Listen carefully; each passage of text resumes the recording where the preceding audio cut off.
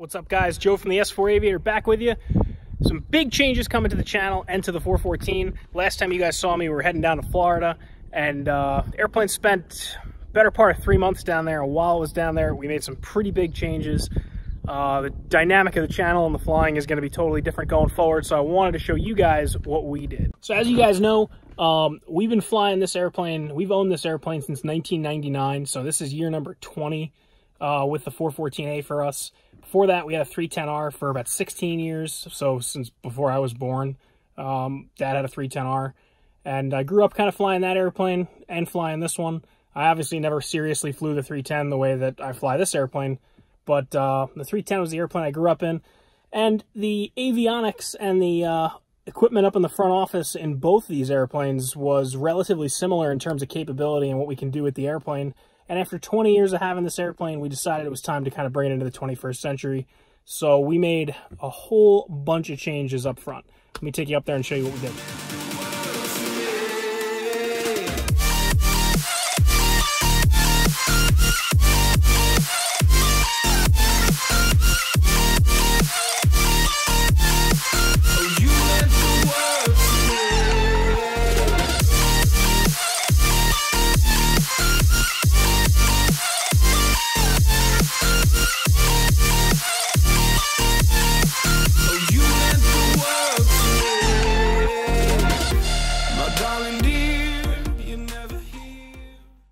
So what we've got right here, this is the Garmin G600Txi primary flight display. It's a complete replacement of the primary flight instruments on the captain's or the pilot's side of the airplane. The only flight instrument that we've retained from the old left side of the panel is the analog radar altimeter. That's the only thing we've kept.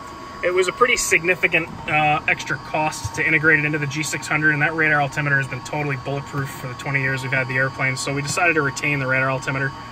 But so we've got a G600Txi primary flight display. This is the replacement for Garmin's legacy G600, which you may remember had the two independent screens left and right, and you kind of had the panel right down the middle that divided the two screens up. Well, the G600Txi not only is one big screen now, it's also a touchscreen unit, kind of like the GTN750s are, and it's very versatile in terms of what it can display. It comes standard with synthetic vision. We can also split the screen this way and put an MFD here with a map.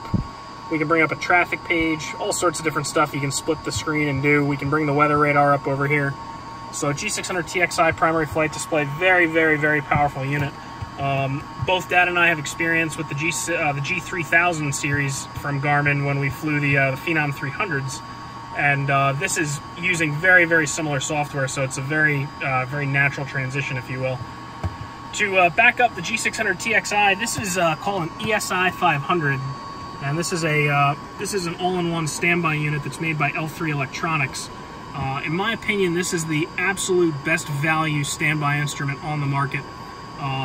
For the same price as something like a mid-continent SAM, which basically just gives you attitude, airspeed, altitude, and I believe heading if you install a magnetometer for it. The L3 ESI-500 has optional synthetic vision and navigation capabilities. So you still get your airspeed, altitude, attitude indicator, your heading down there on the bottom, and you can change that data field. Right now it's on static air temperature. That's the Colesman window.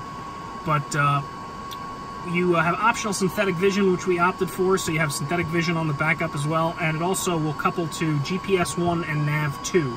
So you could lose the primary flight display and either one of the navigators, and you would still be able to shoot a precision approach with synthetic vision off the L3 ESI-500. Super capable little unit, very reasonably priced, very powerful, and it complements the G600 very nicely. Retained our annunciator panel. We moved the annunciator panel slightly. As you can see, everything plays very nicely spacing-wise over here. You have a nice line here, you have a nice line here. So a lot of this stuff was moved. The annunciator panel, namely, was moved up to really space things out and make everything work nicely. We brought the prop ammeter for the prop de-ice over from the co-pilot side. That actually used to be right here, but it made a lot more sense to bring it over and have it on the captain's side of the airplane. Retained our Davtron M811B clock. That's the same clock we've always had. And this is the switch for the 406 ELT that was installed. That's about it for the left side of the panel, so very clean over here. Then we have two Garmin GTN750 navigators, totally redundant units. Both the G600Txi and the left GTN750, the #1 GTN750, have chart view with JEP view enablement. So we have Jepson charts, which are the charts that we prefer to fly with. We have Jepson charts on the left GTN and the G600 with chart subscriptions for those.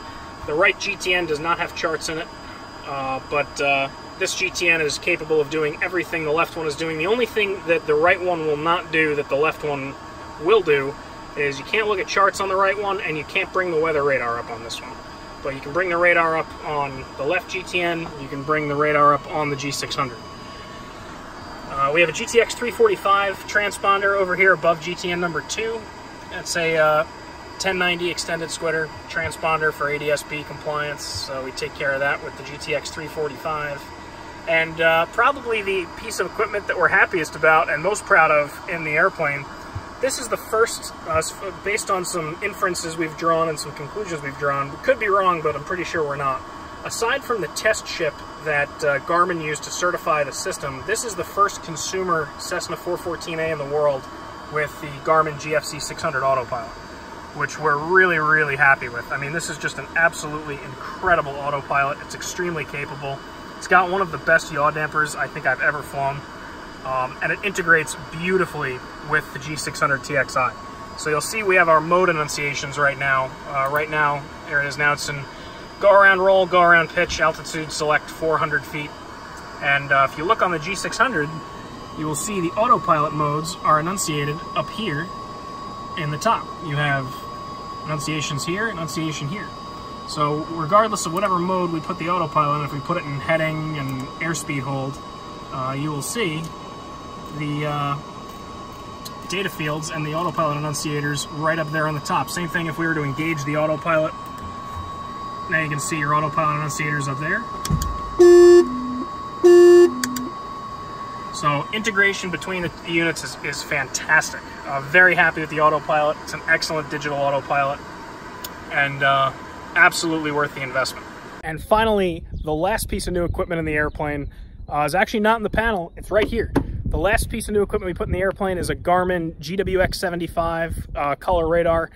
Absolutely phenomenal radar. Again, because it's Garmin, it integrates and plays really nicely with everything else in the airplane. But more importantly, it's just an absolutely unbelievable radar. When you watch it paint weather and contour weather, it's fantastic to watch what it does. It's got a 14 color palette for its display, so it can really show you in a lot of detail what's out in front of you.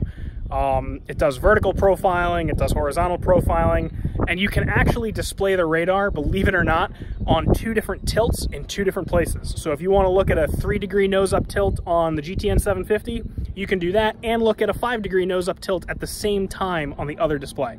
So it's a super powerful radar, really capable, and we're really happy with it. That's it. That's what we've done to the panel. G600Txi, 2 GTN750s, GTX 345 transponder, GFC 600 autopilot, ESI-500 all-in-one standby unit, GWX75 radar.